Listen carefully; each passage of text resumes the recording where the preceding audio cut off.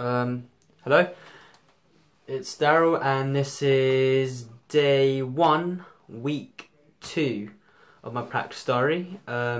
Today, so first of all, again, I just did a quick warm-up doing hand rotations and just squeezing and stretches just to get my hands nice and loose and prepared for practice.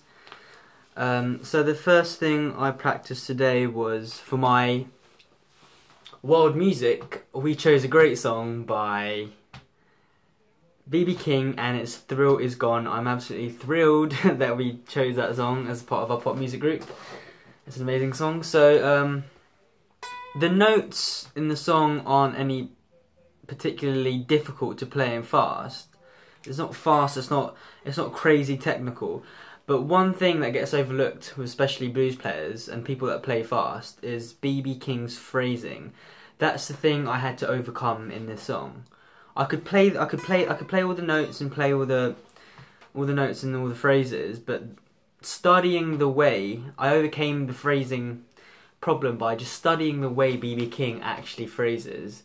The way he just phrases his notes so elegantly and so beautifully, and when you hear B.B. King, you know it's B.B. King playing. You know there's that smooth, kind of really flowing lead playing, and I had to study that. And the way I did that was just simply watching him play and listening to him play for a couple of hours, and just kind of just watching, seeing what he does. And it's hard to replicate his style because it's just ridiculous. But there was one way that I did try to replicate his style. I can't do it with the pick, unfortunately. I can kind of copy his sound a little bit, but using my thumb and my first finger to actually strum pick the notes. It's something that John Mayer does quite a lot. And so Thriller got. I learnt the intro bit, and it goes.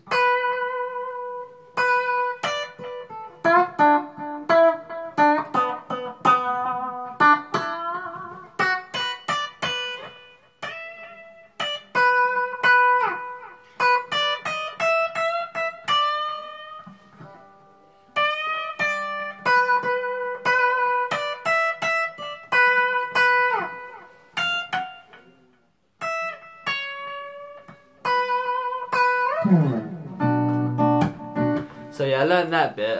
So yeah, as you can see, his phrasing is really hard to kind of replicate, but that's the best way I could think of replicating his sound, was by using my thumb and my first finger. So I practiced that song. Initially, I practiced it for about 10 minutes, getting the shapes and getting the fingerings underneath my hands. But then the next 20 minutes, I just spent kind of just listening to his songs, listening to the way he's phrasing, and kind of trying to replicate his sound by using different techniques, such as using my thumb and my first finger. And that's something I took away from John Mayer.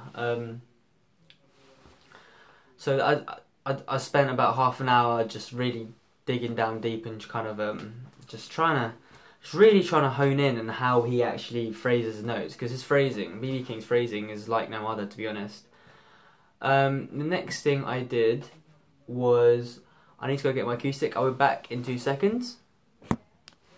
Okay, I'm back. So as I was saying, lately I've been really inspired by Jimi Hendrix, and as you know, I'm a massive John Mayer fan, and I wanted to make a song that was kind of in the style of John Mayer, but really when you go down the line, it's not John Mayer's style, it's kind of a Jimi Hendrix style. So I started listening to a lot of Jimi Hendrix as well, and kind of trying to make my own Hendrixy chord progression, Hendrixy song. So what I did was I came up with this. So this is a song I came up with.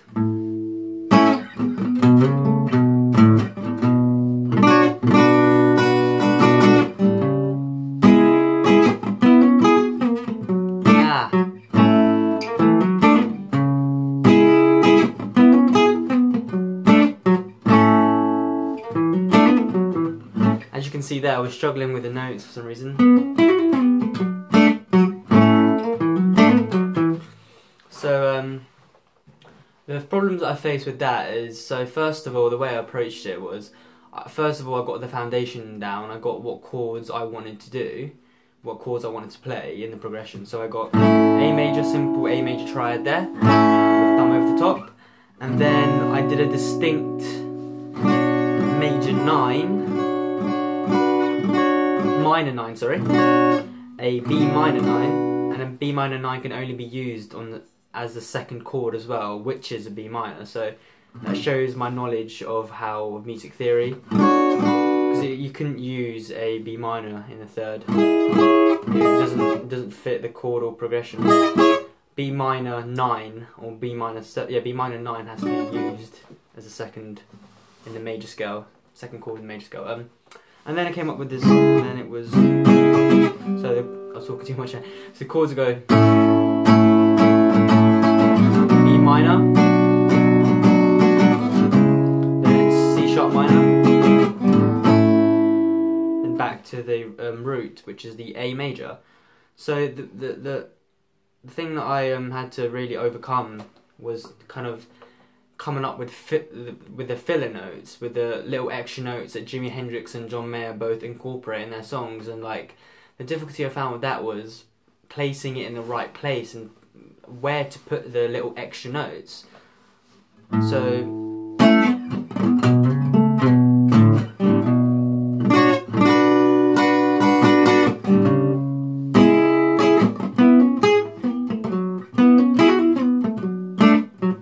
the way that I kind of know instinctively where to put them notes now. I don't have to think about it anymore, because I've listened to Jimi Hendrix and John Mayer for so long and so intensively. I've kind of adopted their style. So for me, it's not such a thing of where do I put these notes? That is the challenge. That was the challenge initially, but then after that I kind of just listened to it, and then I kind of just added the notes, just kind of did it without thinking really, because I've listened to John Mayer for so long and so intensively, and that style of Jimi Hendrix type chords. So I'm used to playing that style, so it was quite easy for me just to figure it out really.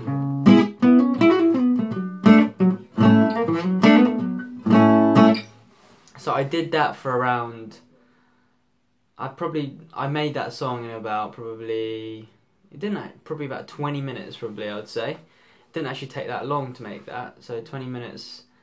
And then after that I came up with the, so yeah, the challenge of that, I couldn't, if I was a singer, I would not be able to, as a singer you wouldn't be able to sing and play over that.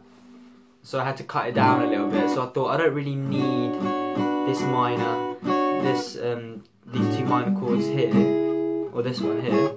So I thought I'll cut it down a little bit. I'll just play for the first, so that bit I played before, that would just be a intro, just strictly an intro. Then the verse would go like this, so I cut it down a little bit.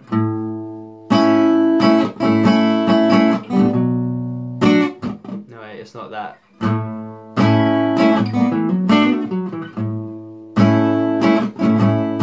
Sorry, I remember what I'm doing now. So you got an A, and then you've got an A, I think it's an A sus. Yeah, an A sus 4 with a B in the bass, I believe. So an A sus 4 with a B in the bass, so it goes, the verse goes where the singer starts.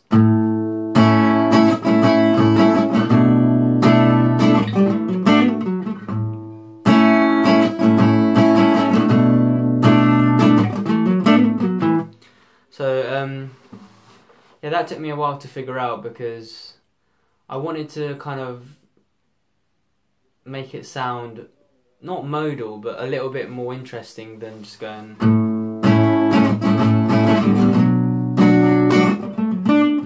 I'm just playing the B minor there. I did a split chord, A7 and A sus 4 with a B in the bass, just to make it a bit more interesting. It sounds a bit not modal, but it sounds a bit different.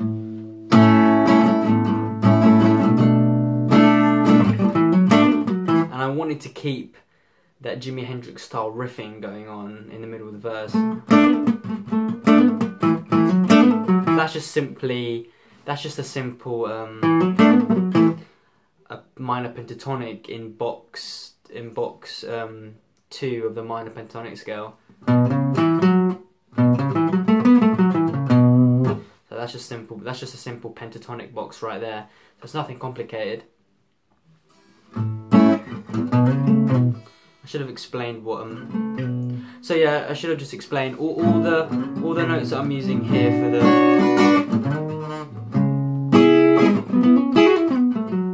all them notes are just from the pentatonic boxes. I'm not sure. I think this one's probably from box 3 and box 2, and this is box 1. No, box 1 would be here. So it'd probably be box 4 and box 3 that I'm using up here. But I can't really. I just know where the notes are. So yeah, I'm just using the pentatonic boxes. So there's 5, so I'm using 3 and 4. I think I'm using. So yeah.